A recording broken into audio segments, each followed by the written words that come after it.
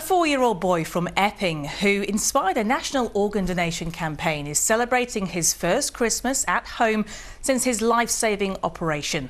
Ralph waited 6 months for a bowel and liver transplant and was one of 16 children who took part in the Waiting to Live campaign last year. Tolu Adeoye reports. Big mouse. Who's a mouse? It's almost a year since Ralph had a life-saving multi-organ transplant. The 4-year-old is now getting very excited about Christmas. Merry Christmas, you filthy animal! I long to live like you. Before his transplant, Ralph inspired a campaign titled Waiting to Live, which involved hundreds of dolls representing the total number of children waiting for organ donors being placed across the UK to highlight the issue. He had his transplant last December. This time last Christmas, we didn't know if it'd be his last Christmas. And now he's had a whole year of, he's had, ups and downs, but he's had a whole year of being Ralph, seeing his brother grow up. We've enjoyed him for a whole extra year, and we've got to have another Christmas this year. So for that, it's just incredible, really. In the UK, there are more than 7,800 people, including 280 children, who are facing Christmas waiting for a transplant. Last year, around 1,500. We had about 1,500 deceased organ donors, and 40 of them were children.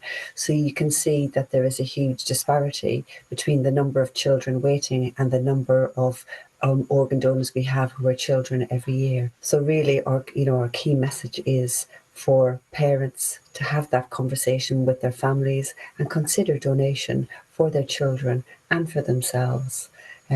Should they be in a situation where organ donation would be a possibility.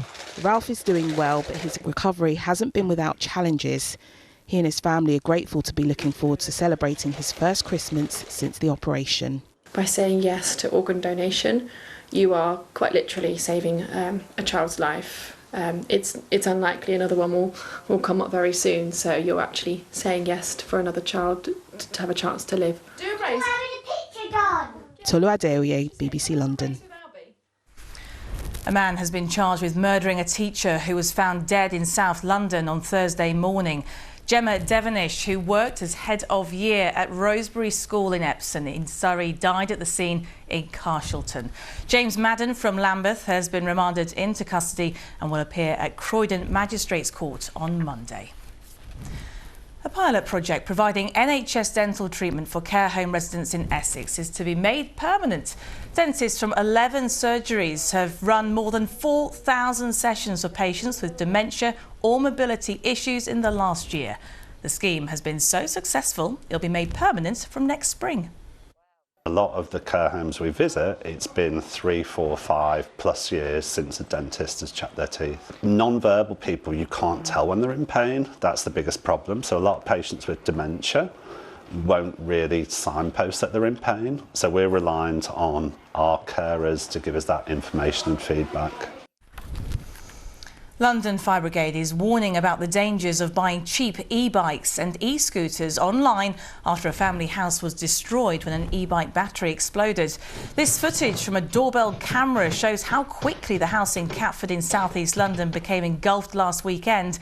One person suffered serious injuries after falling from the roof.